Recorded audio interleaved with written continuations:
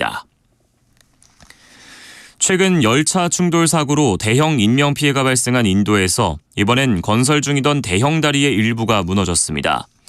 현지 시간 4일 오후 인도 북부 비하르주 바갈푸르 지역 겐지스강에서 짓고 있던 3km 길이의 대교의 일부가 갑자기 무너져 내렸습니다. 인명피해 여부는 아직 알려지지 않고 있습니다. 날씨입니다. 오늘은 전국에 가끔 구름이 많이 끼겠고 남부지방과 제주도는 대체로 흐리겠습니다. 전남 남해안은 빗방울이 떨어지는 곳이 있겠고 경기 북동부와 강원 북부에 한때 소나기가 내리겠습니다. 현충일인 내일은 남부지방과 제주도는 대체로 흐리다가 오후부터 차차 맑아지겠고 그 밖의 지역은 가끔 구름이 많이 끼겠습니다. 제주도는 내일 오전까지, 전남 남해안은 내일 새벽부터 아침 사이에 비가 오겠고 경남 남해안에는 빗방울이 떨어지는 곳이 있겠습니다. KBS 1라디오 저녁종합뉴스 아나운서 남현종이었습니다.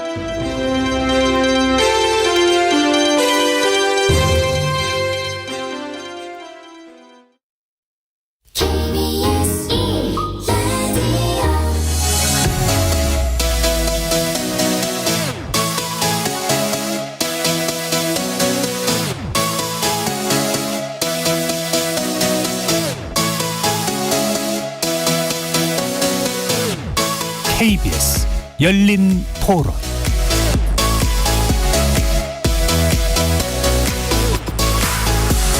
안녕하십니까. KBS 열린 토론 정준희입니다.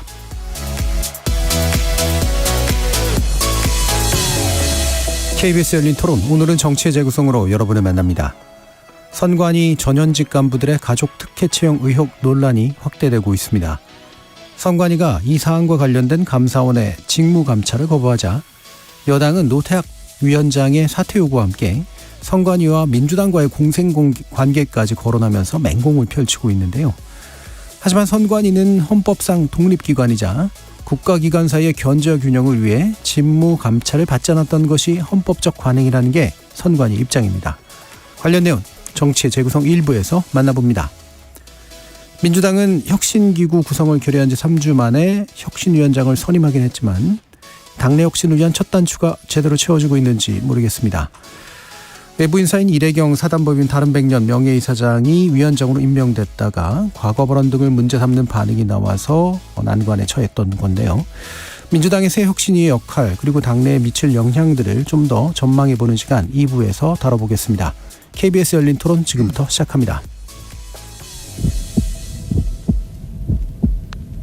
살아있습니다. 토론이 살아있습니다. 살아있는 토론, KBS 열린 토론. 토론은 라디오가 진짜입니다. 진짜 토론, KBS 열린 토론.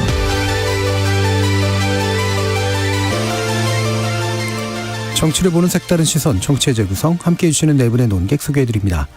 이기인 국민의힘 경기도의회 의원 나오셨습니다. 네, 안녕하세요. 이기인입니다. 하헌기 전 더불어민주당 상근부대변인 나오셨습니다. 안녕하세요. 하헌기입니다. 김준우 변호사 함께하셨습니다. 네, 안녕하세요. 김준우 변호사입니다. 최수영 시사평론가 자리해 주셨습니다. 네, 안녕하세요. 최수영입니다. KBS 열린 토론 문자로 참여하실 분은 샵 9730으로 의견 남겨주십시오. 단문은 50원, 장문은 100원의 정보 이용료가 붙습니다. KBS 1라디오의 모든 프로그램은 유튜브를 통해서도 함께하실 수 있습니다. 자, 일단 선관위 관련된 논란 먼저 다뤄볼 텐데요. 전현직 간부의 자녀가 특혜 채용됐다라고 하는 게 문제가 되면서 그 사안이 점점 정치적 논란으로 번지고 있습니다. 자, 국민의힘이 이제 강하게 대응하고 있는데 긴급 최고위원회를 열었죠. 그리고 긴급 의원총회까지 열었습니다. 자, 이번 사안 어떻게 보고 계시는지 먼저 이기인 의원님 말씀 들어보죠. 네, 어저께 일요일 기자들이 쉬는 일요일 날 이례적으로 이렇게 긴급 최고위원회를 열고 8명의 지도부가 모두 한 가지 주제, 선관위를 주제로 이렇게 강경하게 발언하고 대응을 하고 있는데 이 의미는 지금까지 선출직 의원들이나 국회의원들 그리고 지방의원들에게 이 선관위라는 존재는 건드리면 안 되는 불가침의 영역이었거든요. 잘못 건드렸다가는 좀 약하게 처벌받을 것도 강하게 좀 작용돼가지고 괘씸죄가 적용돼서 좀 문제가 있을 수 있다라는 그런 인식들이 있었었는데 지금까지 축적된 문제들 이를테면 북한의 해킹 문제라든지 선관위가 이번에 보여준 여러 가지 문제들에 대해서 이제서야 좀 비로소 개혁의 어떤 계기를 잡았다라고 생각을 해가지고 아마도 어저께 이례적으로 좀 최고위원회를 연 것 같고 지금까지 국민의힘이 선관위에 대해서 좀 불만을 많이 가지고 있었던 게 사실입니다. 지난 예. 대선 때도 민주당한테 좀 유리하게 현수막을 펼칠 수 있게 좀 문구를 해석해 준다거나 하는 이런 식의 어떤 고민들이 있다 보니까 이 젊은 층의 영린을 건드리는 채용 문제에 있어가지고 이번에야말로 좀 선관위를 좀 바로잡을 수 있는 계기라고 생각해서 이렇게 강력하게 대응하고 있는 것이 아닌가 생각합니다. 예. 하원기 부대표님. 예, 뭐 저는 일련의 논란들을 보면 국민의힘에서는 선관위원장 물러나라고 하는데 예. 할 수 있는 얘기라고 생각합니다. 사실은 기관장이 책임지고 좀 물러나라 이런 얘기도 할 수 있다고 보고 그다음에 감사원 감사 받으라 이런 것도 논쟁적이었지만 그것도 기본적으로 할 수 있는 내용이라 봅니다. 뭐 법리 해석이라고 일각에선 얘기를 하지만 감사원법에 보면은 굳이 선관위가 뭐 대상에서 제외되어 있다 이렇게 명시되어 있는 건 아니더라고요. 할 수 있다고 생각을 합니다. 다만 근데 이런 부분에 대해서 이 독립기관이 실제로 견제받지 않고 뭐 감사받지 않고 이래서 문제가 불거졌으면은 이거 제대로 감사해서 앞으로 재발 방지까지 나아가자라고 할 수는 있는데 이거를 굳이 뭐 민주당이랑 공생관계다 이런 불필요한 얘기까지 해야 되나 싶습니다. 예. 그 현수막 이런 거 해석하는 부분에 대해서 불만 있으면 얘기를 하고 규정을 제대로 세우면 될 문제지 특별히 민주당한테 봐줬다? 뭐 이렇게 생각하기는 어려워요. 뭐 민주당도 선거법 위반으로 의원직 상실하는 사람들이 있습니다. 이규민 의원 같은 경우에는 뭐 자동차 전용 도로를 고속도로라고 이 문구 하나 잘못 써가지고 예. 상실했거든요. 그런 거 보면은 그렇게 유연하게 해주진 않아요. 그래서 굳이 이 심판이 선관위는 심판이니까 심판이 제대로 심판 역할을 할 수 있도록 개선을 해야 된다는 문제까지도 정쟁의 틀에 끌고 들어와서 정치적 반사 이익을 보려고 하면 문제 제기 자체가 오염될 수 있으니 그렇게까지는 가지 말았으면 좋겠다라는 생각입니다. 예. 김준우 변호사님. 저는 이제 고용 문제와 관련해서는 엄중히 다뤄야 된다고 생각을 합니다. 그런데 이게 감사원이 직무 감찰을 할 수 있는 권한이 있느냐에 대해서 법적인 시시비비가 있는데 좀 정리를 하면 감사원법상에서 이제 할 수 없는 기관으로 헌재, 국회 뭐 이런 곳을 이제 명시를 하고 있습니다. 다른 한편으로는 같은 법 그러니까 감사원법 24조에서 직무 감찰을 할 수 있는 기관은 정부 행정기관이나 뭐 명시된 기관이라고 돼 있거든요. 근데 네. 그 기관에는 그 개념에는 선관위가 포함되긴 좀 어렵습니다. 그래서 안 된다고 하면 안 된다라고 적혀 있는 규정에도 선관위가 없고 해도 된다고 해야 된다라고 하는 권한을 규정한 범위에도 선관위가 포함돼 있지 않은 말하자면 일종의 입법 불비 상태가 이제 해석론의 대결을 가져오는 것 같은데요. 다만 제가 뭐 변호사로서 보건대 헌법 97조나 뭐 여러 가지 헌법 체계상으로 봤을 때 감사원 같은 경우는 헌법 4장에 있는 정부 아래에 편제가 돼 있습니다. 예. 이제 5장과 6장이 이제 법원과 헌법재판소고 이제 7장에 선거관리위원회, 선거관리위원회가 있어서 선관위는 어쨌든 헌법상 행정부에 포함되지는 않습니다. 근데 감사원은 헌법 97조 상으로 이제 그 직무감찰과 관련해서는 정부를 대상으로 하도록 돼 있거든요. 그래서 직무감찰을 굳이 감사원이 할 필요는 없고 지금 이번에 국민의힘 서울시 의원이 또 검찰에 고발도 하면서 검찰 수사가 이루어질 것이라고 보는데 뭐 검찰 수사가 됐든 국정조사가 됐든 뭐 이런 방식으로 이제 해결하면 될 문제일 것 같고요. 그다음에 고용 문제를 넘어서 선관위의 정치적 편향성을 가지고 이제 문제를 국민의힘에 삼는 것은 다소 좀 정략적인 거 아니냐. 그래서 이 문제와 그 문제가 바로 연결되는다고 보기는 어려울 것 같습니다. 왜냐하면 선관위 뭐 사무처장이나 사무총장 이제 사퇴했습니다만 그 자녀들이 8급 9급으로 채용이 돼가지고 군단위 선관위에 있는데 결정적으로 선거에 뭔가 작용을 할 수 있는 뭐 인허가권자라든가 뭐 결재권자라고 보기에는 좀 어려운 측면이 있어서 이것과 선거 관리에 있어서의 편향성을 가지고 연결시키는 건 다소 무리한 정쟁적 정치적 수사 아닌가라는 생각이 많이 듭니다. 예. 근데 이게 이제 곧바로 연결시킨 거는 아니지 않나요? 네, 그렇긴 합니다. 예. 네. 근데 아까 이기인 의원 말씀 주셨듯이 전반적으로 선관위 문제가 있었다라면서 이제 그 문제를 제기하는 과정이었던 것 같고요. 요걸 계기로 한번 고쳐보겠다 이런 것 같은데 최세영 평론가님. 국민의힘 입장에서는 지금 여러 가지 전략적인 좀 그 생각들이 있는 것 같아요. 그래서 뭐 어저께 그 이제 긴급하게 의총도 열고 막 최고위원회도 열고 이렇게 하는 것 같은데 저희가 보기엔 이렇습니다. 그러니까 그동안 이제 그 대법원 그러니까 선관위원장을 보면은 권순일 전 위원장이 했다가 노정혜 위원장이 했다가 노태학 위원장이 지금 하고 있지 않습니까? 권순일 위원장 같은 경우는 뭐 아시다시피 대장동 사건이 지금 연루돼 있지 않습니까? 그래서 더더군다나 이재명 대표가 선거법에서 그러니까 그때 이제 경기도 그 도지사 선거 때 올라왔던 그 명예훼손, 그러니까 명예훼손이 아니죠. 그때가 허위사실 유포로 재판받을 때 대법원에서 뒤집어 그분이 이제 앞장서서 했다 뭐 그런 이제 언론의 의혹이 나왔었어. 어쨌든 지금 굉장히 이제 말하자면 보수 진영에서는 보수 진영뿐만 아니라 국민적 의혹이 사실은 있는 분이고 노정혜 위원장 같은 경우는 뭐 우리법 연계 출신이다 이런 출신을 떠나서 어쨌든 대선 치르는 과정에서 그 코로나 확진자들에 대한 투표함 관리가 너무 부실해가지고 소쿠리 논란이 있어서 결국 또 물러나서 지금 노태학 위원장이 하고 있지 않습니까? 총선 때였죠. 총선 아니. 소쿠리 논란. 대선 때였습니다. 대선 사전 투표였습니다. 그러니까 코로나하고 연관이 됐던 거로 얘기가 잘못해가 오해했습니다. 그러니까 코로나 확진자들의 투표함 관리가 부실했던 거죠. 그래서 제가 그 사전 투표함. 그래서 그 책임자도 물러났고 그다음에 노태학 위원장 같은 경우는 또 사실은 아무런 상관이 없는 거지만 그럼에도 불구하고 일부 언론에서 제기하듯이 과거 박근혜 정부 시절에 있었던 노태강 전 문체부 2차관의 동생이거든요. 그래서 그런 문제들이 여러 가지 연동돼 있어서 위원장들이라는 분들이 사실은 대법관을 겸임하고 있기 때문에 조금 말하자면 조직에 대한 관리 소홀이 있는 것 아니냐라고 이렇게 문제를 제기할 수 있는 틀에서 아마 위원장들 문제는 보는 것 같고 그다음에 이게 이제 실무단 이제 사무처로 내려오면은 좀 이기는 얘기했지만 여러 가지 그 말하자면 편향성 있는 그런 사례들을 이제 제시함으로써 민주당과 이제 어떤 그 프레임 연결고리를 이제 꺼내면서 선관위가 중립적이어야 할 선관위가 전혀 중립적이지 않았다고 얘기하면서 내년 총선에 있을 야당에서는 이것을 선관위 길들이기라고 하는데 전 그거보다는 선관위에 대한 압박을 통해서 선관위가 정치적으로 조금 더 말하자면은 그 어떤 그 판단력들을 제어하고 기계적으로만 중립적인 어떤 그 선거를 관리하는 측면의 압박용으로 또 카드가 되는 것 같고 마지막으로 채용 비리 문제를 끊임없이 이게 공격하는 거는 제 생각인데 이 채용 비리가 있었던 시기들이 문재인 정부 시절들에 있었고 이것이 공정과 상식이라는 틀에 좀 배치가 되기 때문에 이 부분은 청년들에 대한 어떤 여러 가지 그 좀 말하자면 이율배반적 측면이 있어서 이 부분을 좀 끄집어내면서 말하자면 청년 계층에 대한 소구하는 전략 이 세 가지가 좀 맞물리면서 이거를 계속적으로 말하자면은 붐업을 시켜 나가면서 공격 포인트로 잡으면은 불리하지 않다는 계산이 있는 것 같아요.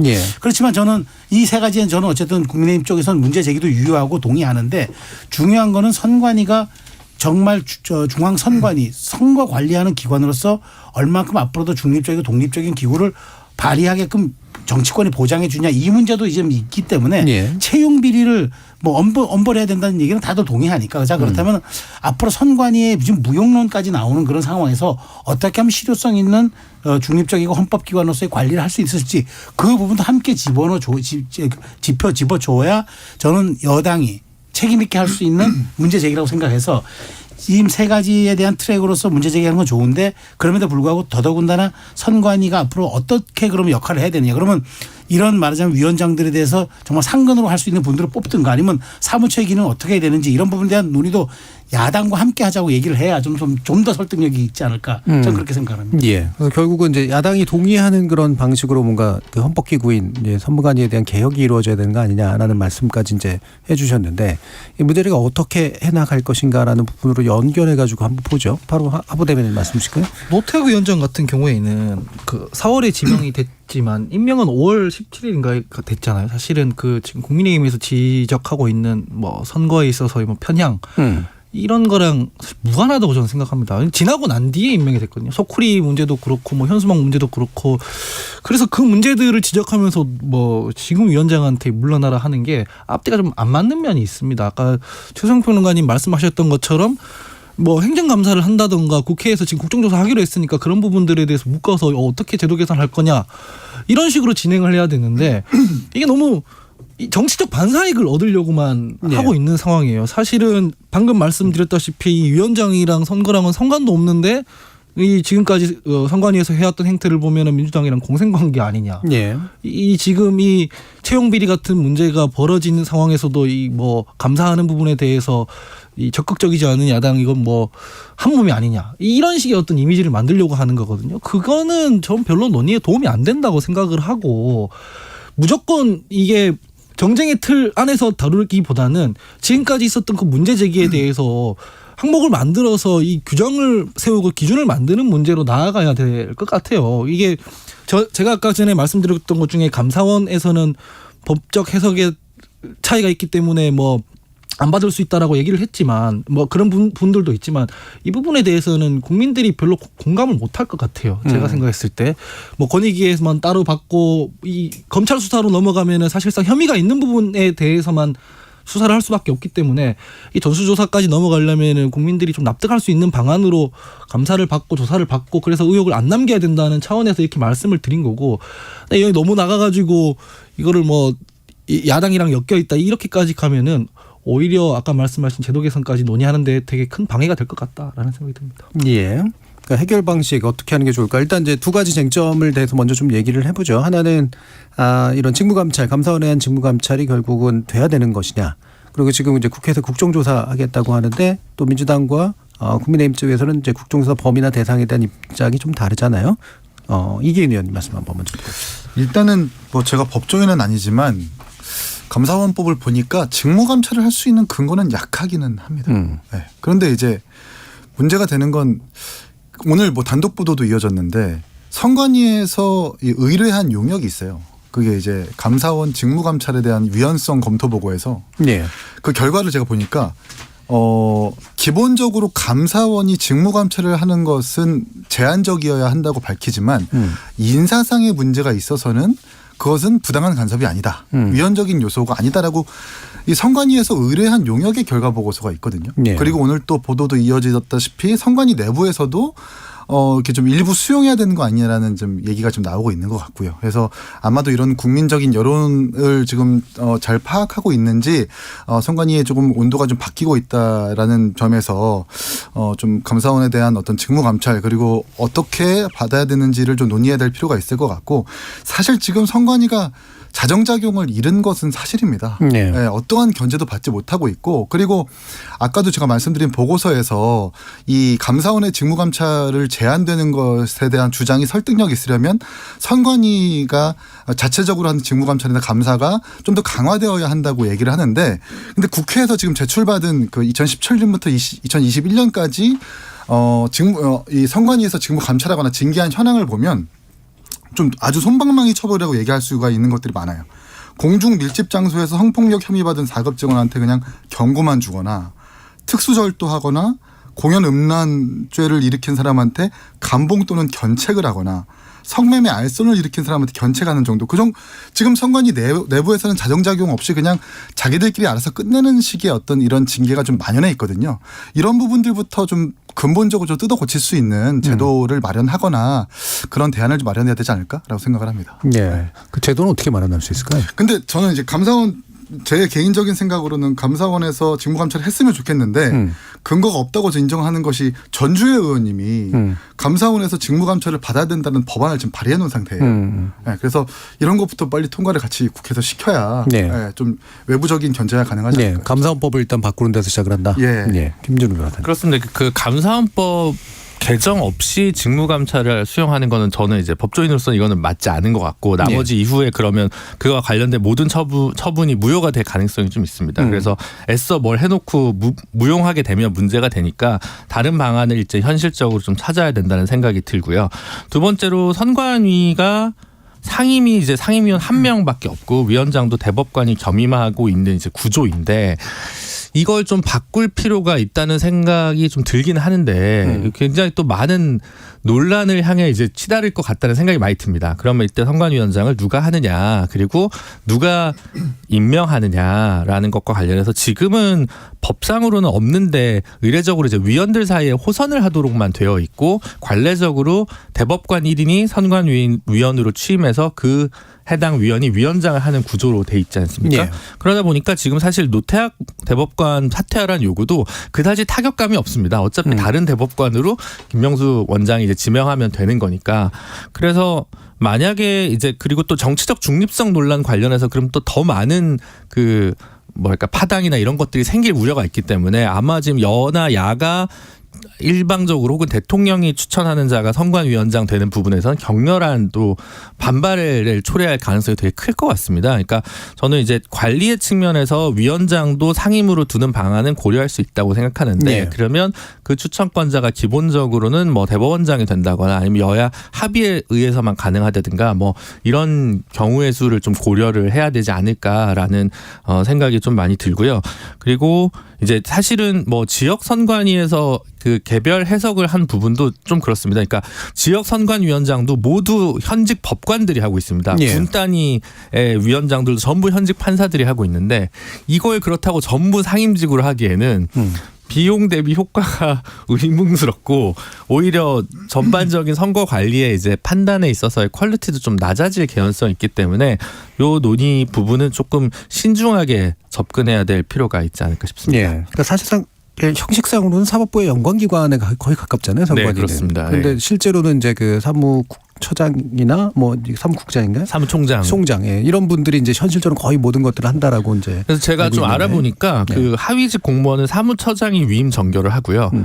4급 은 사무총장이 위임 정결을 하고 3급 이상 국장급 인사는 위원회에 회부돼 가지고 인사를 하는 방식으로 돌아간다고 하더라고요. 예. 사실 그 대법관 겸임하고 있는 분이 하위직 공무원까지 일일이 그 결재하기도 좀 어려운 구조여서 총장이나 처장이 좀 실세를 가지고 이제 운영되는 조직이라는 건 현실인 것 같습니다. 예. 최선수 의원. 사실 여기서 조금 하나 좀 들여다볼 필요가 있는 부분이 사실 선거관리위원회 같은 이런 기구들의 존립은 전 공기와 같아야 된다고 생각합니다. 그러니까 있는 듯 없는 듯. 그러니까 우리가 존재 자체가 있다는 거니까 심판의 기능을 수행한다는 건 아는데 그래 있구나 이렇게 느껴야 되는데 지난 5년간 너무 선관위가 자주 이슈의 전면에 등장을 했어요. 그래서 굉장히 그렇다 보니까 심판 자체가 너무 경기에 끼치는 영향이 너무 지대하니까 사실 이런 부분에 대해서 이제 정치적으로는 부담을 갖게 되고 그다음에 조금 더 지역으로 내려가면은 선거관리위원회 중에서 특히 지도과 이런 데서는 한번 출마를 한번 해보신 분들은 다 느끼는 거예요.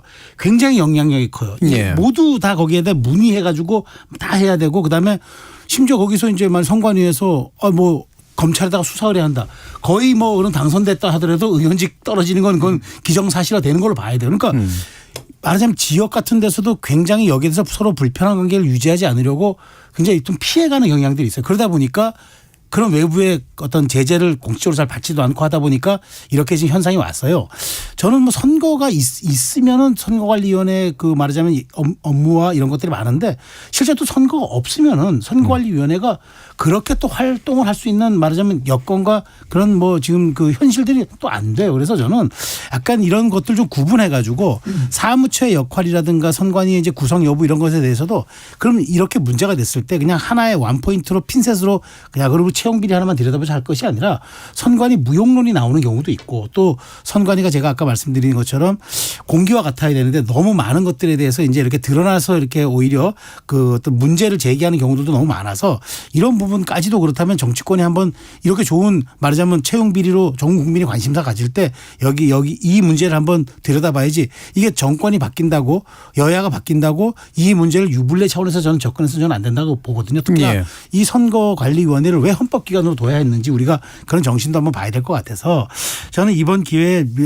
국민의힘이 이렇게 문제를 제기하는 것도 좋고 민주당도 여기에 대해서 그냥 자꾸 뭐 우리 저는 뭐 사실 그래요. 그걸 왜 공생관계라고까지 당대표가 표현했는지 사실 그거는 그 전략적으로 옳았는지는 모르겠습니다. 좀 어떤 여론을 환기시키려고 했던 것 같은데 저는 오히려 그것이 그렇다면 정말 선관위야말로 길들이기에 따라서 정치적으로 영향력이 발휘될 수도 있다라고 들릴 수도 있기 때문에 그렇죠. 오히려 저는 그런 것들이 좀 더 불필요한 그 어떤 표현은 아니었냐 생각이 되는데 어쨌든 이런 것들까지도 저는 여당의 책임이고 또 그다음에 이렇게 차제에 말하자면 좀 책임 있게 어떤 지금 우리 시대도 변하고 투표 형태도 변하고 선거에 대한 캠페인도 여러 가지 방법들이 다 변화하는 상황에서 그런 것까지 다 포함해서 선관위의 제도 개혁을 들여다봐야지 저는 여당과 정부 여당으로서 소임을 다하는 것이고 민주당도 여기에 대해서는 무조건 뭐 말하자면 뭐 편가르기 아니니까 자 그러면 논의합시다 하고 국민의힘과 물밑에 원내대표단의 협상 창구를 가동해 가지고 이 문제를 조금 더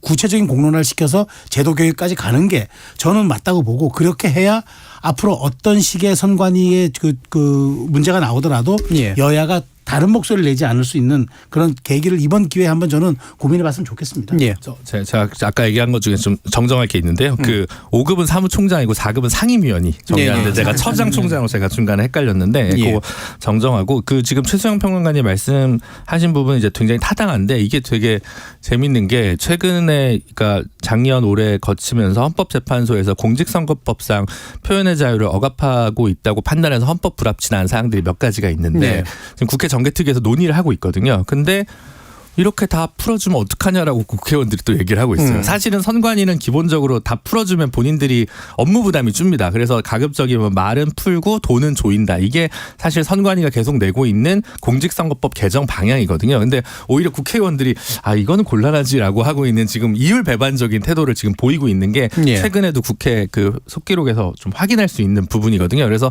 그게 사실 그렇게 간단치가 않다. 그래서 선거를 관리하는 부분에 있어서 선거와 관련된 가이드를 주는 부분이 하나가 있고 그다음에 이제 그 내부의 행정에 있어서의 감사가 돼야 되거나 이제 검수가 돼야 되는 부분을 좀 두 개는 좀 분리해서 잘 좀 이야기를 하면 좋을 것 같다는 생각이 들고요. 그다음에 이제 그 사실은 또 이 선거 범죄와 관련해서 이연령 비연령 하는 게 이 공소시효가 6개월이다 보니까 결국은 검찰의 칼날에 누가 걸리느냐 마느냐의 운의 영역에 맡겨져 있는 것도 상당히 좀 많습니다. 그러다 보니까 매번 지역지들을 이제 보면 이번 지방선거 거쳤을 때 뭐 여야 약간 뭐 키 맞추기를 한 거 아니냐 여기 몇 명 기소하고 몇 명 기소하고 막 이런 식의 이제 그 이렇게 굉장히 합리적인 개연성 있어 보이는 추정 섞인 기사들이 항상 있거든요. 그러니까 예. 이런 선거 관리와 관련 선거 범죄와 관련해서 검찰도 늘 이제 이 부분과 관련해서 조금 더 뭐랄까 엄밀하고 정중동을 잘 지켜야 한다는 생각이 들고 근데 저도 이제 선거 관리라는 말이 입에 붙는데 개헌 논의할 때 가끔 그런 얘기 하거든요. 왜 관리냐. 그냥 선거위원회로 하자. 네. 이게 관리 자체가 국가가 뭔가 모든 걸 관리하는 듯한 무의식이 이게 지금 반영되어 있는 거다. 이게 그 관치나 뭐 그 군사 정부 시절의 어떤 개념이 좀 남아 있는 거 아니 이런 문제 제기도 있습니다. 예. 지금 송훈님이 채용 비리 문제는 선관위만의 문제는 아닌 것 같습니다. 전체적으로 조사해야 된다고 생각합니다. 라는 의견 주셨고요. 유튜브에서 하이츠님이 선관위가 편향되었다면 윤석열 대통령 당선이 어렵지 않았을까요? 라는 반문도 해주셨습니다. 4928님이 법률 해석을 떠나 선관위가 왜 감사원 감사를 회피하는지 이유를 잘 모르겠습니다. 법위에 군림하려고 하는 것 같습니다. 라는 의견도 주셨네요. 생각보다 시간이 좀 많이 가서요. 이 부분을 좀 짚으면서 감사원 이야기를 좀 해봤으면 좋겠는데 지금 이제 예를 들면 이제 국민권익위원회, 그다음에 방송통신위원회, 선거관리위원회 다 이제 성격이 다른 그런 기관들이고 지위도 다른 그런 기관들이긴 합니다만 굳이 공통점이 있다면 이제 독립성을 중심으로 하는 이제 그런 기관들인데 여기에 대해서 이제 그 정부가 또는 대통령이 또는 여당이 너무 이제 몰아붙이는 거 아니냐라고 하는 그런 얘기들이 나와서 이걸 다 구별해서 봐야 될 문제일지 그리고 그 수단으로 주로 감사원이 쓰이는 거 아니냐라는 그런 지적에 대해서 어떤 생각을 해야 될지 한 말씀 좀 주시죠. 이기인 의원.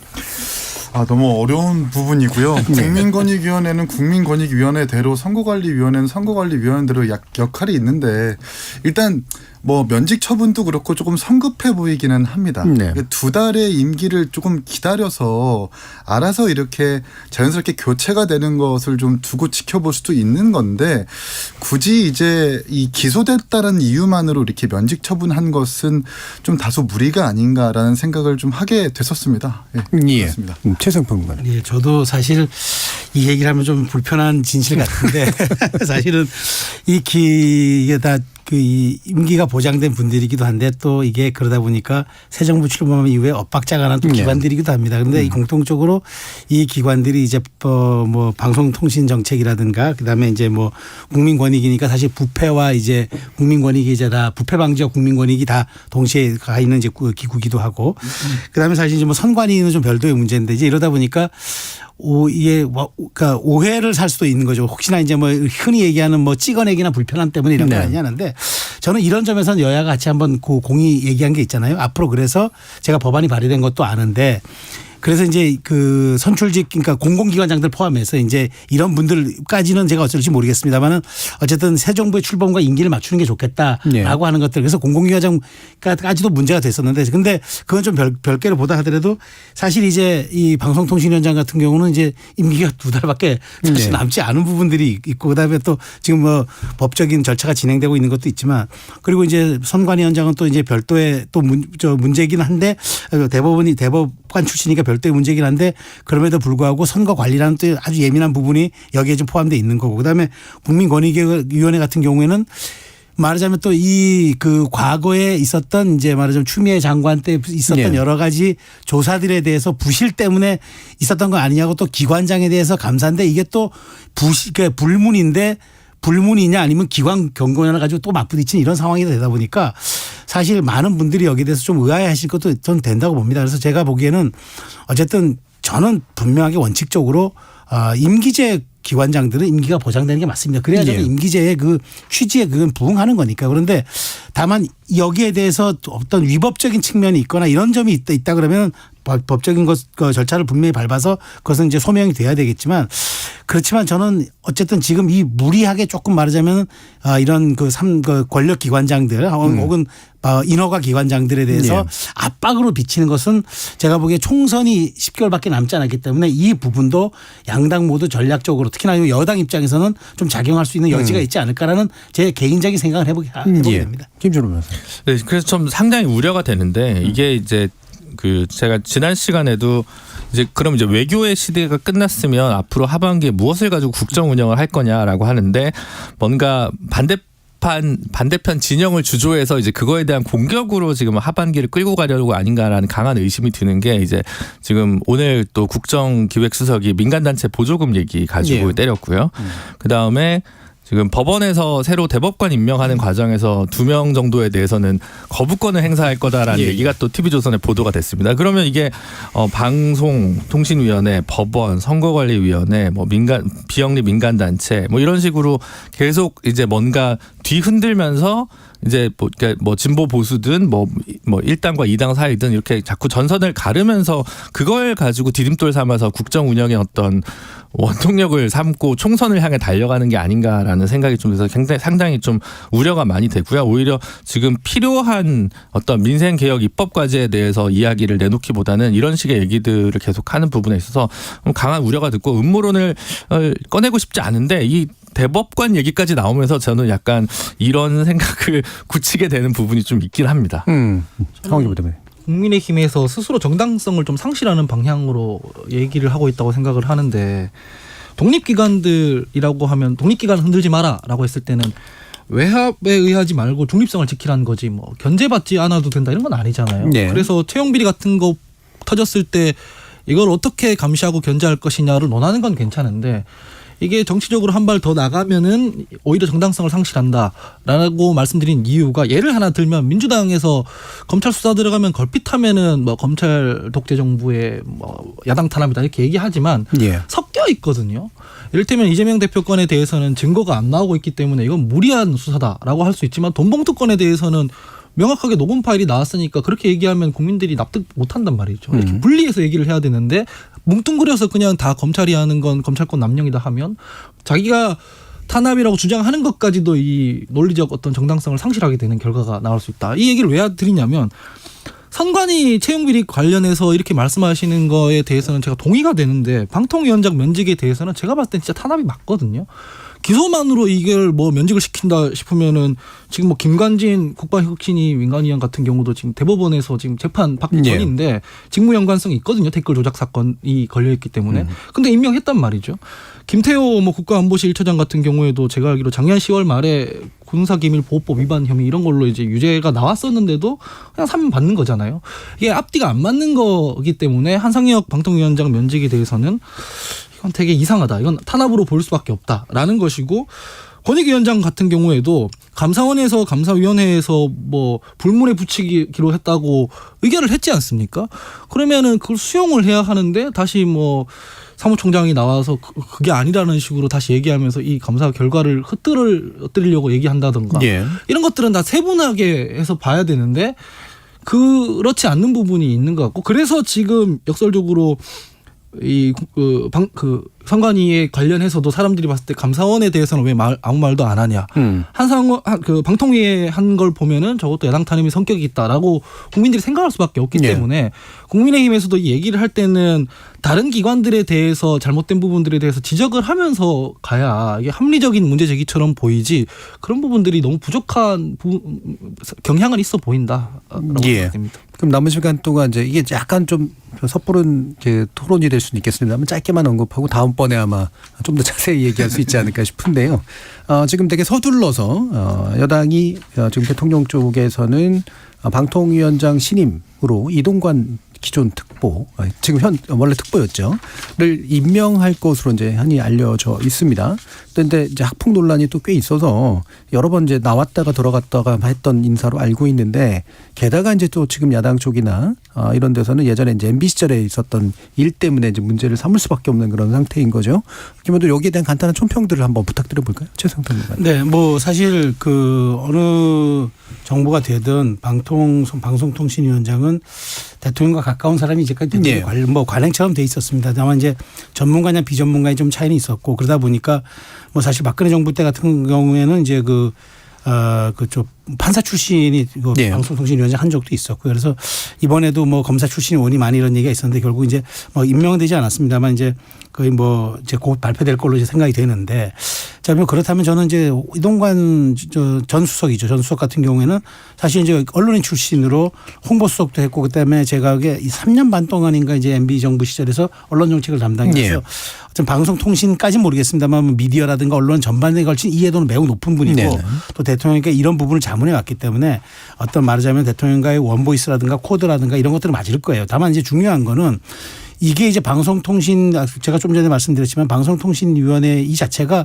어떤 사회적 공기처럼 이제 돼야 되는데 이게 말하자면 정권의 전리품이라든가 정권의 정권의 바뀜에 따라 가지고 이게 선택적으로 자꾸 여기에 대해서 영향력을 행사하는 듯한 이런 모습들은 이건 정말 여야가 지양을 해야 되지 않습니까? 그래서 이 말하자면 이제 미디어법 같은 경우도 지금 여러 가지 논란이 있는 건데 저는 이동관 신임위원장이 온다고 하더라도 청문회 통과 여부는 별개로 하더라도 와가지고 그렇게 강력한 드라이브를 걸기가 지금 쉬운 상황은 또 아니에요. 그래서 저는 총선이 있기 때문에 조금 과연 저는 그러면 총선이라는 게 중도층의 마음을 어느 정도 사로잡느냐는 정말 스윙 스테이트를 공략하는 게 맞다 그러면은 저는 일각에서 나오는 뭐 지지율 10%가 되더라도 윤석열 대통령께서 이 부분을 갖다가 밀어붙일 것이다. 저는 여기에 동의하기 어려워요. 그렇게 갔을 경우에 그렇다고 미디어가 장악이 됩니까? 저는 그런 측면에서 놓고 봤을 때 오히려 강성으로 분류되고 있지만 이분이 이해도가 높기 때문에 오히려 저는 연착륙하는 방향을 어떻게 순차적으로 찾는 것이 저는 맞다고 보고 그것이 실제로 얼마큼 연말까지 이게 잡음이 없이 잘 내려가야지 장악이 됐다고 총선 국면에 절대 유리하지 않습니다. 저는 오히려 더 순화된 쪽으로 이렇게 이 문제를 연착륙시킬 때 비로소 저는 방법이 나오는 거지 몇 달 서두른다고 해서 저는 교각사로 하는 그런 우는 범하지 않는 게 좋을 것 같고 또 이분이 또 많이 또 이런 부분에 대한 어떤 건 경륜과 노하우가 있으니까 저는 오히려 그렇게 가리라 저는 예측을 해봅니다. 일단 뭐 학폭 논란이라는 건 별개로 치고 그거는 뭐 청문회 때 아마 걸러지겠죠.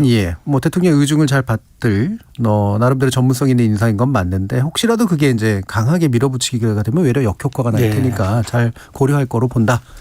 대통령 의중을 잘 받들 인사라는 평가에 동의합니다. 이게 원보이스 코드가 잘 맞다 이건 동의하는데 그게 방통위원장의 역량은 아니잖아요. 이제 이명박 대통령 시절에도 보면은 홍보수석, 뭐 언론 관리, 공보 담당 이런 거는 잘했어요. 그래서 정권 입장에서 봤을 때는 유능한 인사는 맞을 건데 그 입장에서.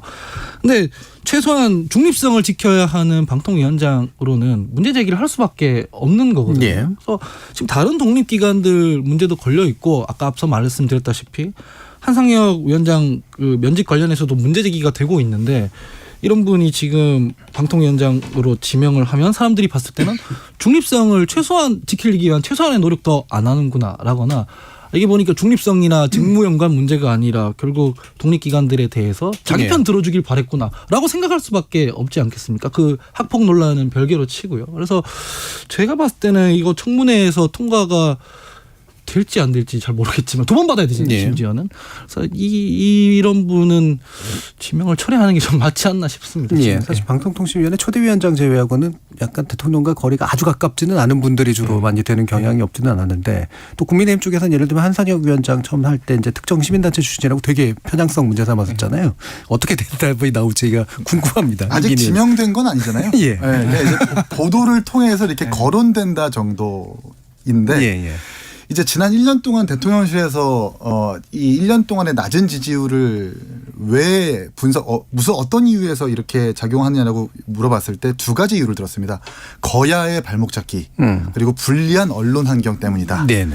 이런 의미에서 사실 보수 이 대통령실에서 입장을 봤을 때 민원연 출신의 조금은 치우친 한사경 위원장이 좀 편파적으로 하고 있다라는 입장을 지우지 못하고 있었겠죠. 그래서 제가 생각했을 때는 이렇게 좀 성급하게 기소 처분만으로 물론 뭐 TV조선 재승인 문제에 있어서 좀 뭐 문제가 될 수도 있겠지만 좀 성급하게 면직 처분을 한 것 같은데 성급하게 면직 처분을 했으면 방통위원장에 좀 아주 중립적이고 기회적으로 중립을 잘 지킬 수 있는 사람을 거명하면 모르는데 예.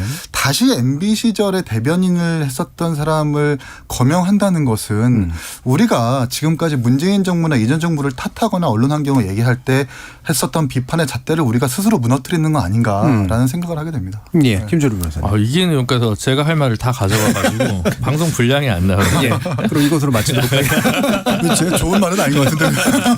이동관 전 홍보 수석이 이제 이후에 두 번 출마를 시도하다가 아마 공천을 못 받았을 겁니다. 그러니까 정치적 색깔이 뚜렷하죠. 그래서 지금까지 뭐 권익위, 뭐 선관위, 방통위 정치적 편향성이 있어서 문제다라고 문제제기를 보수 쪽에 했었는데 여기서 갑자기 정치적 편향이 뚜렷한 이동관 특보를 위원장으로 임명을 거론을 한다는 건 그 자가당착에 걸리는 부분에 있어서 굉장히 좀 좋지 않은 것 같고 두 번째로는 또 이제 어쨌든 평가가 굉장히 나뉘지 않습니까? 이제 MB 시절에 어떤 뭐 미디어법을 주조해서 이제 한 과정이라든가 뭐 KBS 문제라든가 여러 가지 좀 전사들이 좀 있었기 때문에 그 또한 그닥 유쾌한 기억이나 평가로 이제 기록되는 분이 아니기 때문에 그런 면에서 봤을 때 이건 좀 적절치 않은 인선이 아닌가라는 생각이 들고 또 한상혁 위원장 면직 같은 경우는 다음 주에 서울행정법원에서 이제 가처분 심사가 있는 상황인데 그 결과조차 보지 않고 벌써 이제 조기에 임명한다는 거는 뭔가 조급함의 발로인지 아니면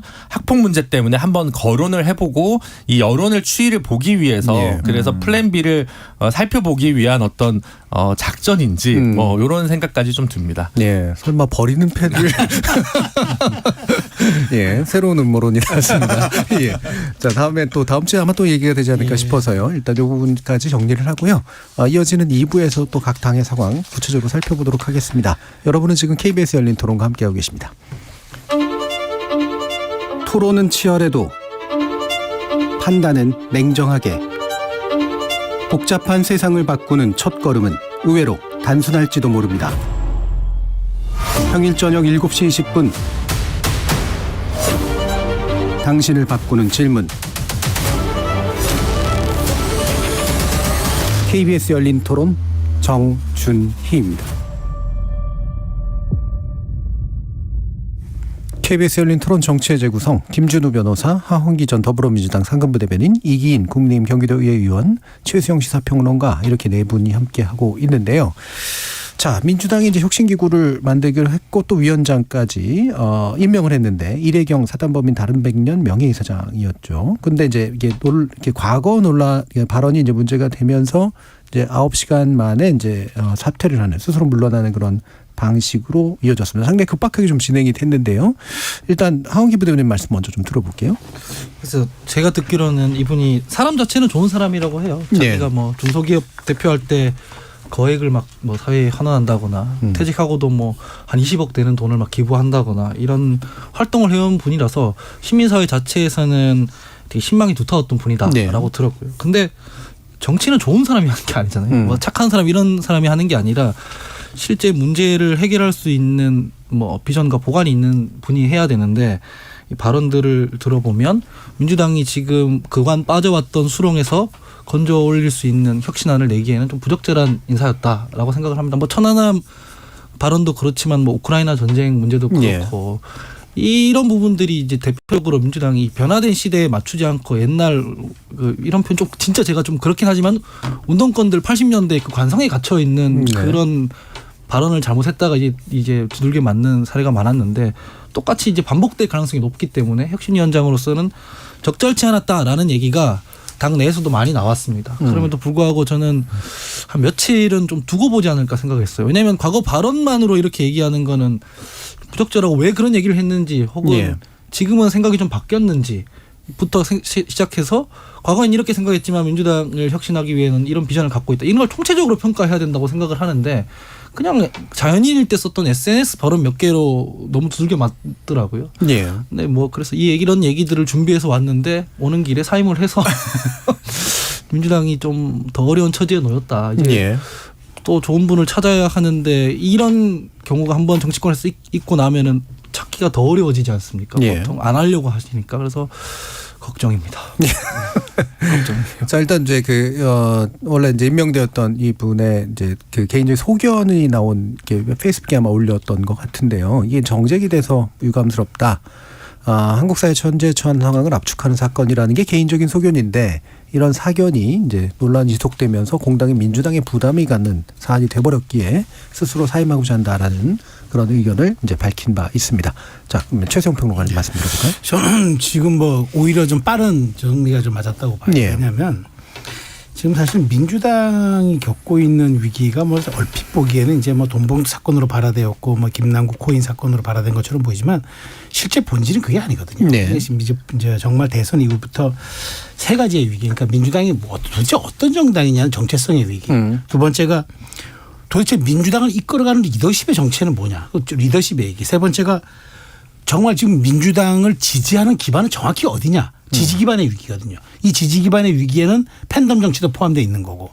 이게 사실은 본질인데 말하자면 그럼 혁신위원회가 출범하면 이 세 가지를 어떻게 끌어가느냐가 나와야 돼요. 이 세 가지를 어떻게 대안적인 혁신위가 뭐 당장 자기들이 지도부는 형성하지 못하더라도 이 세 가지에 대한 답을 내놓고 권유를 하고 당이 이쪽으로 가야 한다고 혁신안을 내놔야 돼요. 그래야지 이걸 기반으로 총선을 치릅니다. 그런데 이내경이라는 분이 되잖아요. 그러니까 임명되자마자 실제로 말하자면 이분이 과연 민주당의 정체성에 부합하냐? 이분이 꺼내놓는 리더십이 과연 혁신의 리더십이라고 생각하냐? 이 모든 물음에 대해서 말하자면은 절대적으로 동의하지 못하는 결론을 가져 나올 수밖에 없었단 말이에요. 그럼 그렇다면은 정리를 했었어요. 저는 어떻게 저는 그러니까 이런 분이 저는 뭐 개인적으로는 뭐 하 대변인 말씀하신 것처럼 저도 뭐 인격적으로 훌륭하신 분이라고 보고 또 586 정치인이든 뭐든 간에 그래도 그 허목한 시기를 걸어서 개인적으로는 뭐 사업에 성공해서 뭐 인정을 받고 이런 건 저는 개인적인 부분은 동의하지만 지금 민주당이 겪고 있는 가장 큰 세 가지의 위기에 대안을 내놓고 거기에 대한 이제 어떤 쇄신책을 내놔야 될 분이 이미 자기가 여기에 대해서 혼란을 겪고 있는 분이 와 있으면 이분이 뭐 답을 못 내놓는 거죠. 그렇다면 저는 빨리 받았는데 어떻게 자꾸 민주당은 왜 자꾸 이런 분들을 그러니까 정말 뭐 김상곤 안, 우상호 안도 나왔다는데 저는 그렇게 해서는 될 문제가 아니고요. 시대에 맞는 사람과 시대에 맞는 어떤 혁신위에 걸맞는 그런 분을 영입해야 되는데 자꾸 이렇게 말하자면 좀 뭐 이렇게 우리 편, 내 편으로 분리될 수 있는 분들에게 맡겨버리면은 저는 여기에 대한 답이 안 나온다고 봐요. 그러니까 지금도 저는 민주당의 가장 큰 문제는 위기를 위기로 인식하지 않는다는 거. 저는 그게 가장 큰 위기라고 생각합니다. 네, 김철우 변호사님. 위기를 인식을 못하는 건 아닌 것 같고요. 이제 당의 위기와 개인의 위기가 분리대응되면서 문제가 복잡하게 꼬이는 것 같습니다. 그러니까 아주 뭐라고 하죠? 거칠게 얘기하면 이재명 체제를 유지하기 위한 혁신이냐 아니면 이재명 체제를 대체할 비대위가 필요한 거냐라는 거에서 비대위를 성립을 막기 위해서 혁신위가 중간항으로 좀 돌출되는 거 아니냐라는 저는 심증을 좀 개인적으로는 가지고 있습니다. 만약 그게 아니라고 한다면 혁신위에 어떤 전권을 부여할 건지 명시적으로 그리고 대국민에게 공개적으로 얘기를 하면 훨씬 더 혁신위원장 찾기가 좀 쉬웠을 거라는 생각이 들거든요. 혁신위의 권한이 불분명하니까 아마 많은 분들한테 그 제안이 가도 거절하지 않았을까. 이건 성공하기 어려운 혁신이다라는 생각을 많이 했을 것 같고요. 그러다 보니까 상대적으로 뭐 시민사회에서는 좀 알려진 분입니다만 대중적으로는 무명에 가까운 이내경 이사장이 좀 임명되는 과정이 있지 않았을까. 이게 돌아 거기 갔을 거란 말이에요. 이게 영순위로 거론된 분은 저는 아니었을 거라고 보고 그래서 이분이 뭐 적합한 분이냐 아니냐라고 얘기하는 것보다는 사실은 혁신이 자체가 잘 되기 위한 조건들이 있을 텐데 지금 굉장한 제약들이 있어서 이게 좀 출발을 하더라도 성공을 낙관하기는 쉽지 않다라는 생각이 좀 많이 들고요. 그래서 지금 뭐 이대경 이사장 같은 경우는 사실 전 뭐 이분이 친명계라고 하는 평가에는 좀 동의하기 어렵고 나이도 이재명 대표보다 훨씬 많으시고 70년대 아마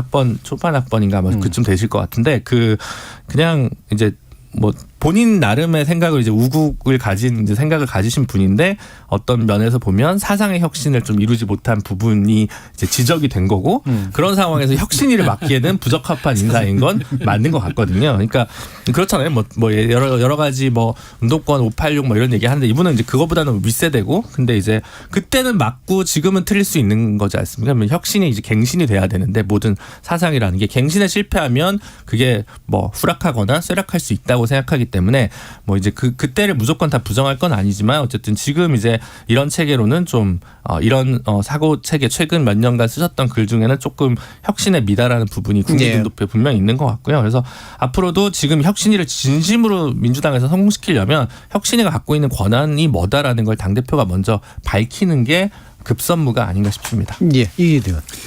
기부를 많이 해서 좋은 사람이라는 평가를 받는다면 안철수 의원님도 좋은 사람이겠죠. 예. 다만 이제 기부를 해서 좋은 사람인 것과 정당을 개혁하고 혁신적으로 이끌 수 있는 리더십은 별개의 것으로 평가받아야 된다고 생각을 하고요. 이제 결국 이 사태, 그러니까 이 이대경 혁신위원장을 선정했다가 하루 만에 이렇게 철회하는 이것은 이재명 당대표의 생각을 읽을 수 있는 것이 아닌가 생각해요. 결국 이제 이재명 당대표로부터 휩싸여 있는 이 민주당을 어떻게 바꿀 것인가에 대한 전권을 부여할 혁신위를 어떻게 출범시키는가였는데 속내는 이재명 당대표 를 뒤로 하고 전면에 이제 이대경 위원장을 앞세워 가지고 사실상 권한과 어떤 이런 힘을 좀 작용하게 하겠다라는 의도가 이번 사건으로 인해서 좀 비춰진 게 아닌가 싶고요. 예.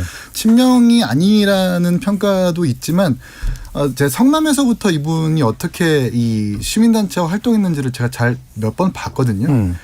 친명이라기보다는 종명입니다. 종명.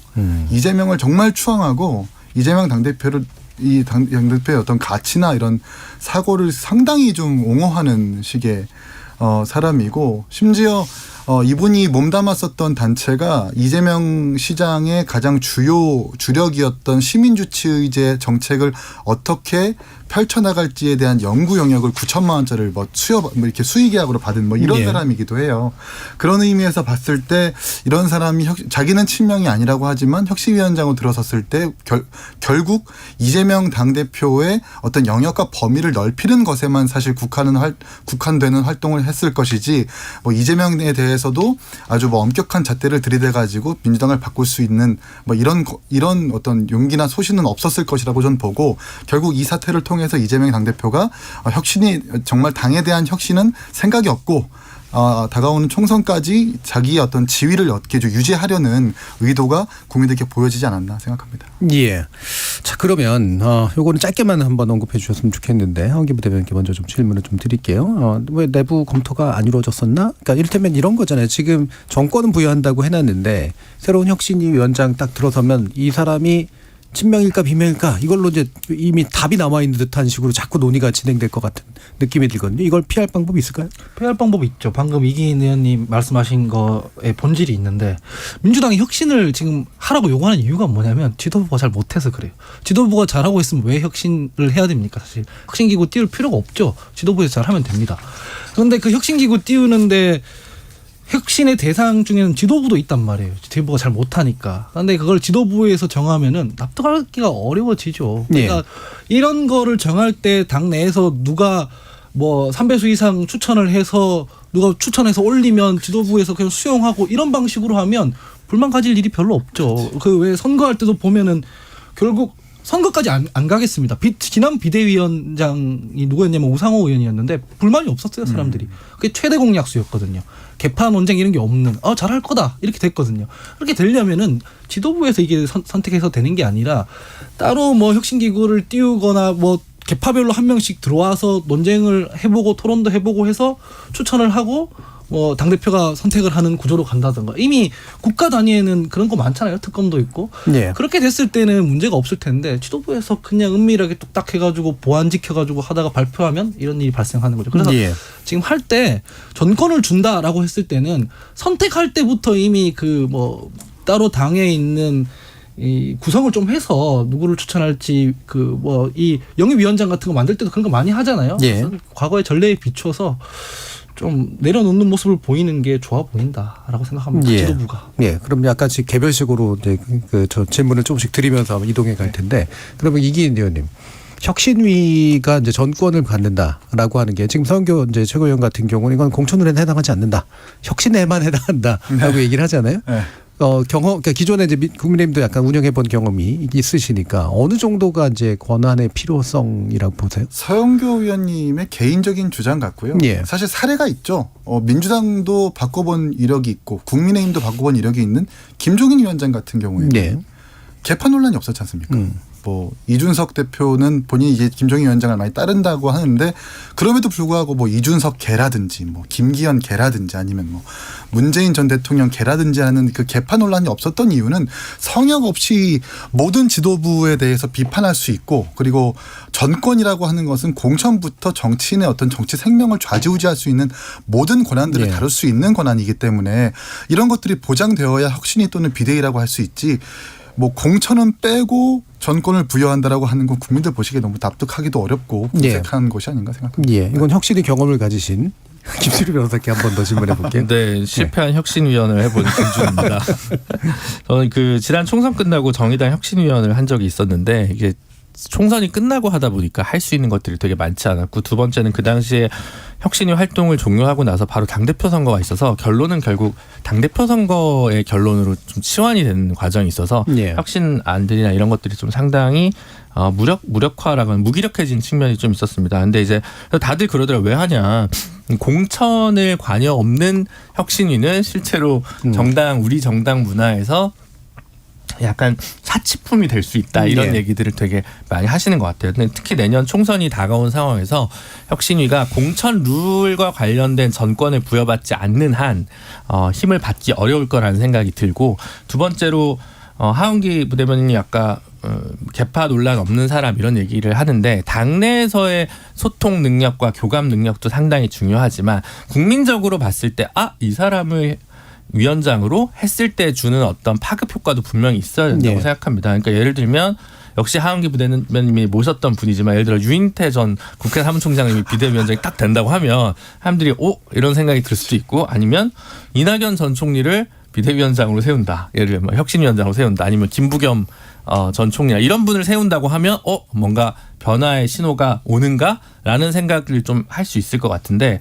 그러니까 권한에 대해서 확실하게 확 주고 공천 혁신위원회에서 새로 만들어질 공천안에 대해서 이재명 대표 나는 무조건 찬성표를 던지겠다 라고 선언을 하든가, 아니면 국민이 납득할 수 있는 굉장히 신선하고 파격적인 인물을 인선하든가, 둘 중에 하나가 돼야 최소한의 혹은 둘 다가 돼야 혁신위원회가 성공할 수 있지 않을까 싶습니다. 예, 이낙연 전 대표 얘기도 마침 나와서 그 귀국설 얘기가 있잖아요. 어떤 파급 효과를 불러일으키지 최태형 평론가님. 그 이낙연 대표가 자꾸 뭐 정계 복귀 하는데 복귀가 아니잖아요. 그냥 뭐 어차피 은퇴한 사실이 없는데 그분이 예.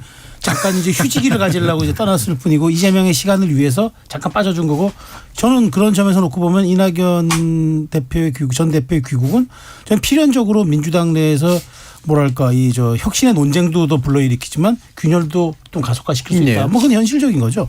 그리고 이낙연계라는 게 지금 명실하게 존재하고 있지 않습니까? 저는 당연히 그렇다고 그렇고 보면은 이게 파워게임으로 갈 수밖에 없는데, 지금 그러다 보니까 자꾸 혁신위가 이재명 대표의 체제를 조금 더 유지하기 위한 분장술로 사용될 수 있지 않느냐라는 그런 의구심도 자꾸 갖게 되는 거예요. 그래서 저는 지금 세 분 말씀 다 동의하자면 하나의 요점이 있잖아요. 전권을 가지고 공천 룰까지 휘두를 수 있어야 그 혁신이 성공한다가 대다수 지금 의견들 맞다면은 예. 저는 그렇게 가야 하는 게 맞다고 봅니다. 거기에 근데 여기 대해서는 격가지로 대의원제를 유지해야 된다, 공천 룰에 손을 대면 안 된다, 뭐 이런 격가지 논쟁들은 전혀 도움이 안 되고요. 이낙연 전 대표가 들어오면 저는 이낙연 대표가 국가에 할 일이 있다고 지금 분명히 얘기를 하지 않았습니까? 들어온다 그러면은 이재명 대표 입장에서는 정말 마지막까지 자신과 대선 후보 자리를 놓고 정말 아주 치열하게 겨뤘던 분이 돌아오는 거고, 지난 1년 동안은 이낙연 대표가 없음으로써 이재명의 시간을 확실하게 부여했기 때문에 저는 지금부터는 이재명 대표에게도 이른바 까임 방지권이 없죠. 이제는 더 이상 본인도 이제 윤석열 정부도 2년 차가 되면 실력으로 입증하라고 얘기하듯이 이제 이재명 대표도 2달 있으면 이제 1년이 되는 건데 그렇다면 본인도 이제 실력으로 입증을 뭔가 보였어야 되는데 지금까지 당의 지지율만 놓고 본다면 성적표가 유일한 게 당의 지지율로 나타날 수 있는데 그건 아니라고 보여지면은 이낙연 대표의 역할로는 필연적으로 대두될 수밖에 없고 이것이 옳다 그르냐의 논쟁을 떠나서 누가 더 세력을 더 가져가느냐 누가 더 총선 전략으로 유효한 카드를 꺼내느냐 누가 더 어젠다 세팅을 제대로 하느냐 이런 것들이 이제 물론 대표라는 직함은 이재명 대표에게 있겠지만 저는 이제부터 어찌 보면은 이제는 뭐 말하자면은 진검승부의 출발이 뭐 목전에 도래했다고 저는 생각합니다. 예, 알겠습니다. 요 얘기 좀 더 하고 싶긴 합니다만 나머지 시간 동안 또 정부 여당 관련된 얘기도 해야 돼가지고 일단 옮겨가 볼 텐데요. 노정 관계가 악화일로다라고 하는 평가들이 나옵니다. 뭐 이 부분에서 의견은 다를 수 있으나 실제로 노동계 전반이 좀 돌아서는 느낌 같은 것이 드는 건 분명한 것 같아요. 한국노총이 굉장히 강경 투쟁을 또 선언하고 나왔습니다. 그래서 이 부분을 나름대로 해결할 방안 중에 하나가 일단은 경사노위부터 좀 바꿔야 되는 거 아니냐라는 얘기가 나오는데 김문수 위원장 같은 경우가 이제 문제가 있는 거죠. 이 부분에 대한 이제 이기은 의원 의견을 먼저 좀 여쭐게요. 원래 경사노위 그러니까 이 지금 광양제철소에서 노조 진압하는 과정에서 좀 불상사가 일어났는데 일단은 정부가 무한 책임을 진다는 입장에서 좀 적절한 유감 표명이라든지 사과는 좀 해야 된다고 봅니다. 예. 그런 부분들이 없으니까 지금 점점 좀 갈등의 일화로 계속 좀 심화되고 있는 것 같고요. 이 사태가 있기 이전에 경사노위의 분위기는 화기애애했답니다. 네, 한국노총의 요구대로 김문수 위원장을 교체한다라는 걸 적극 좀 긍정적으로 검토하고 있었다는 분위기이기도 하고 근데 또 속내는 그렇대요. 김문수 위원장이 대구로 출마하려는 지금 의도가 있다고 합니다. 그것과 좀 맞아떨어져 가지고 한국노총의 어떤 요구도 들어주고 어떤 출마의 의지도 좀 이렇게 존중해주는 식으로 이렇게 얘기가 됐다가 이제 광양 이 문제가 좀 발생된 건데 이 경사노위가 이제 노조만 대하는 것이 아니라 기업의 입장과 사용자 단체와 여러 개 복합적으로 이렇게 이끌어내는 입장에서 사실 김문수 위원장은 지금까지 아주 반노동 극우적인 어떤 사고를 가지고 있었다는 걸 부인할 수 없기 때문에 이번 광양건과 관련해서도 김문수 위원장에 대한 어떤 거취를 정부가 좀 결단을 해가지고 한국노총을 좀 달래줄 필요가 있겠다라는 생각을 하게 됩니다. 예, 김준우 변호사님. 네, 근데 좀 의외긴 해요. 왜냐하면 예를 들어 지방 경찰청장을 경질한다든지 아니면 고용노동부 장관이 책임을 진다든지 아니라 경사노위 위원장이 책임을 진다는 건 저는 사실 생각해보지 못한 수거든요. 직접적인 책임서는 아니니까. 네, 그런 면이 있어가지고 또 이정식 장관, 고용노동부 장관이 사실 한국노총 출신 아닙니까? 그래서 그런 면에서 봤을 때도 참 이게 공교로운 측면 여러 가지가 있어서 근데 뭐 어쨌든 어떤 형태로든 노동계가 지금 하고 있는 반발에 대해서 정부 여당에서 뭔가 반응을 한다는 것 자체는 광양에서 있었던 폭력 사태는 굉장히 유감스러운 일이지만 뭐라도 한다면 다행이라는 생각이 들고 오늘 또 그 국민의힘 김용동 의원 대표 발의로 고용 형태에 관한 것을 차별금지 사유로 하는 동일노동 동일임금 관련 입법을 추진하겠다고 또 밝혔는데 그게 사실은 또 재계에서 굉장히 싫어할 급진적인 아니거든요. 제가 또 기사를 보고 깜짝 놀라서 뭐 잘못 봤나 했어요. 그래서 이 노동정책과 관련해서 정부의 입장이 이렇게 좀 그러니까 안정감이 없이 좌우를 왔다 갔다 한다는 느낌을 좀 많이 받는 부분이 좀 있습니다. 그래서 누가 오실지는 모르겠지만 경사노위 위원장 혹은 노동부 장관도 이제 결국 교체가 한번 필요할 텐데 여기선 좀 정중동의 자세를 잘 가지고 좀 안정적인 대화 상대로서 좀 자리매김하는 분들이 합리적인 대화를 좀 나갔으면 좋겠고 최근엔 다소 특히 국토교통부 발로 좀 반노동적인 일들이 좀 많이 있었는데 그런 부분들은 좀 정리가 됐으면 하는 바람입니다. 예, 그 한국노총에서 고용농성 하다가 다친 분도 이게 결국 본질적인 이유를 이제 역으로 탐색해 들어가면은 하청업체 고용승계 관련 문제랑 연결이 돼 있는 거고 그건 결국 노동시장 이중구조 문제랑 연결이 돼 있는 거거든요. 제가 김문수 위원장 처음에 임명됐을 때도 여기서 아마 말씀드렸지 싶은데 노동계에서는 이제 민주노총, 한국노총 다 들어오고 약간 대타협하는 테이블을 만들어서 이 이중구조 문제 개선하자 이런 분위기가 좀 형성되고 있었는데 김문수 위원장 임명되고 나서 그게 좀 깨져버렸대요. 이게 무슨 얘기가 되겠냐 저런 사람이 앉으면. 그렇기 때문에 아까 전에 말씀하셨던 대로 뭐 왜 장관이 아니라 김문수 위원장이냐 이게 이러냐면 대화가 진행되려면 실제로 그게 해소가 돼야 된다고 노동계에서는 생각하는 모양이더라고요. 예. 지금까지 정부에서는 보통 이런 문제에 대해서 어떻게 했냐면 민주노총이랑 한국노총을 잘 갈라쳐서 민주노총은 대화가 안 되는데 한국노총이랑은 얘기가 돼 이런 식으로 진행을 해왔는데 한국노총까지 지금 악화돼 버린 상황이잖아요. 그래서 이 상황에 대해서는 풀려면은 첫 단추가 테이블을 만드는 것에서 시작해야 돼요. 실제로 이중구조 문제에 대해서는 이게 진압한다고 될 문제가 아니고 그러려면은 뭐 김문수 위원장 이 얘기가 계속 나올 수밖에 없는 상황인 것이고 반응을 어떤 식으로든 정부가 한 거는 유의미하다라고 말씀을 해주셨는데 저는 태도 자체를 좀 바꿀 필요가 있어요. 근본적인 태도. 노동개혁 문제에서 얘기할 때 보면은 항상 이게 불법 투쟁, 불법 파업 이건 다 때려잡는다 이런 식으로만 나오거든요. 근데 실제 노동자들이 파업이나 투쟁하는 부분에 있어서 거기까지 가는 맥락들이 다 있습니다. 거제에서 대우조선해양도 마찬가지로 실제로는 온건하게 시작했는데 이게 사측에서 너무 압력이 강하게 들어오다 보니까 배 밑에 숨고 막 이렇게 되는 거잖아요. 근데 정부에서 이런 부분에 대해서는 전혀 조망을 안 하거든요. 그래서 좀 총체적으로 문제를 파악해서 테이블에서 그걸 꺼내놓고 논의할 필요가 있어 보인다. 아니면은 이게 사람 한두 명 갖는 정도로 해결이 되기에는 너무 지금 악화되고 있는 상황이다. 정치적인 패러다임 자체를 바꿔야 된다. 최수영 평론가님. 네, 윤석열 정부가 3대 개혁 내걸었잖아요. 예. 연금, 노동, 교육. 근데 지금 그 경사노위가 그러면 한노총이 빠지고 노동계 자체가 다 빠져버린 상태에서 노동개혁이라는 게 무슨 의미가 있습니까? 그건 아무 의미가 없고 공연불에 그칠 수밖에 없고 그런 측면에서 한노총의 이런 문제에 대해서 저는 어떤 형태로든 정부가 시그널을 줘야 되는데 저는 김문수 위원장의 교체는 뭐 적절한 카드라고 봐요. 그러면서 명분도 주고 그리고 실제 뭐 김문수 위원장의 역할은 저는 뭐 제가 보기에 더 이상 끌고 갈 수 있는 동력이 있는 것도 아니고 그렇다면 이제 이쯤에서 새로운 적임자를 찾아서 가는 방법도 방법이다. 뭐 사석작전이라고까지 얘기하지는 않겠지만 김문수 위원장을 뒤로 돌림으로써 새로운 사람이 오는 게 그게 이제 복귀의 명분을 주고 그리고 실질적으로 지금 해야 돼요. 노동개혁 벌써 그 뭐 다들 기억하시겠지만 건설폭력이라고 해서 건폭이라고 해서 그 작년 12월이었어요.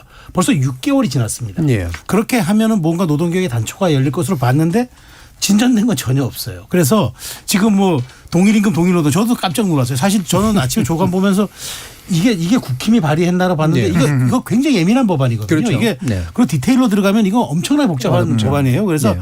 이거 어쨌든 근데 이게 보니까 이게 이제 말하자면 노동개혁에 대한 큰 틀, 그다음에 디테일한 어떤 전술들 이런 것들이 없는 것 같다는 생각이 들어서 그렇다면 일단 이 흐트러진 경사노위부터 빨리 좀 좀 회복을 시키고 정상화시킴으로써 일단 대화체를 가동하면서 뭔가 문제를 풀어야 하지 않겠습니까? 주체들이 그러니까 노예 주체들이 다 빠져 있는데 노동개혁하겠다? 그거는 뭐 사실은 그 말이 안 되는 얘기죠. 예. 그런 측면에서 놓고 보면은 경사노위에 조속한 어떤 그 정상 가동 그러면서 복귀의 명분을 주면서 정부가 어쨌든 노동개혁까지 이거를 끌고 가려는 담대한 시도 이런 것들이 지금 올해 안에 이루어지지 않으면 저는 총선 때 아마 이 뭐 선거 공약으로 걸 것도 많지 않을 것 같아요. 예. 그래서 이런 점들은 한번 고려해봐야 되지 않나 싶습니다. 예. 동일노동 동일임금 어떻게 해서 나오게 됐을까 싶어서. 그게 예. 대통령 후보 시절부터 자기가 가지고 있는 소신이라고 하더라고요. 예. 뭐 그 사실 사회적 대타협을 통해 가지고 하청업자의 어떤 임금까지 올려야 되는 엄청난 문제인데도 불구하고 후보 시절부터 대통령 본인이 예. 동일임금 동일노동 반드시 달성돼야 된다고 얘기를 한 바 있다고 합니다. 예. 그래서 추진하고 있는 거긴 한데, 근데 이제 아까 하은기 부대님 말씀처럼 이거하고 이게 이제 지금 교환되는 거냐 이제 이런 생각이 좀 드는 거잖아요. 어떻게 김준호 전 찬성하겠습니다. 근데 이제 너무 어려운 거라서 예. 고용 형태에 따른 차별 금지를 해소하겠다는 건데 이게 정말 하여튼 그 직무급 논의라는 게 너무 어려워서 제가 농담처럼 그러면 그 중앙부처도 부의사관 정도가 월급을 제일 많이 받아야 되지 않을까 이런 생각을 할 때가 있었거든요. 대통령실도 선임행정관이 돈을 더 받아야 될 것 같은데 이런 생각을 한 적이 있거든요. 그러니까 이 호봉제 문화에서 저는 그래서 이중시정 구조 얘기하고 뭐 직무급 얘기를 할 때 그럼 공직사회부터 그걸 한번 개선안을 마련해 봐라. 나머지는 뭐 더 민간은 더 이제 유도를 해야 되는 문제니까 그게 그렇게 만만한 문제가 아닐 겁니다. 그래서 저는 이게 물론 뭐 선언적으로만 있고 규범력이 없는 형태가 될 수도 있습니다. 차별금지 사유는 여러 가지가 있지만 그거를 실제로 실효적으로 가져오는 데는 또 여러 가지 또 난관이 있기 때문에 그래도 그렇게 뭐 한 발 내딛는 것도 의미가 있다고는 생각이 드는데 이거는 뭐 하여튼 굉장히 흥미로운 이채로운 순간이 아닌가 싶습니다. 근데 가끔 가다가 대통령 본인이 그런 거 있습니다. 노동이사제에 대해서 굉장히 우호적이라든가 그럴 때가 있어서 비교적 친노동일 거라고 생각했는데 이제 건폭 뭐 이러면서 이제 노동조합 때려잡기를 하면서 저는 이제 이게 완전히 다 반전된 줄 알았는데 그래서 이거는 앞으로 또 조금 더 지켜볼 문제가 아닌가 싶습니다. 그러니까 뭐 저는 짧게 말씀드리면 대통령의 노동 철학은 그런 것 같아요. 일한 만큼 급여를 주면 불만 없지 않아? 이런 생각이에요. 그러니까 아니 그러니까 일한 사람이 돈 받아가야지. 그러니까 굉장히 그렇게 아주 원칙적인 데서 출발하는 것 같아요. 근데 이게 이제 사용자 입장에서 놓고 보면은 이게 그렇게만 돈 주다 보면 이제 밑도 끝도 없이 되거든요. 그러다 보니까 어쨌든 저는 노동개혁에 대한 큰 틀을 잡으셨다고 생각한다 그러면은 이런 디테일도 디테일이지만 결국은 여기에 협의체들이 테이블에 올라오지 않고 의견을 내고 여기에 동의해주지 않는 한 노동개혁에 힘을 받을 수는 없거든요. 대통령의 철학이 아무리 숭고하고 깨끗하다 해도. 그래서 이런 점들은 좀 기술적으로 많이 보완돼야 될 것 같은데. 그러니까요. 방금 말씀하신 것처럼 그런 부분들 포괄임금제 뭐 이제 반대한다 혹은 직무급제 해야 된다. 이게 방향에 동의하는 사람도 있고 아닌 사람도 있고 이해관계자들이 막 10개 있잖아요. 그러니까 노동 문제 같은 건 갈등의 영역이라 가지고 빨리 테이블을 가동시키는 게 제일 중요합니다. 그래서 최승근 의원님 말씀하시는 게 전 정답이라고 생각하는데 이게 뭐 대통령의 결단 이런 걸로 되는 게 아니라 이해 주체자들이 어떻게 하면 모여서 이게 판이 안 깨지게끔 관리를 하느냐 이게 문제거든요. 빨리 이 테이블 형성에 힘을 좀 썼으면 좋겠다라고 생각합니다. 예, 결국은 테이블이 중요하다, 갈등 해결이 중요하다라는 의견으로 마무리를 짓겠습니다. KBS 열린 토론 정치의 재구성 오늘 함께해 주신 네 분 최수영 시사평론가, 이기인 국민의힘 경기도의회 의원, 하헌기 전 더불어민주당 상근부대변인 그리고 김준우 변호사 네 분 모두 수고하셨습니다. 감사합니다. 감사합니다. 지금까지 KBS 열린 토론 정준이었습니다.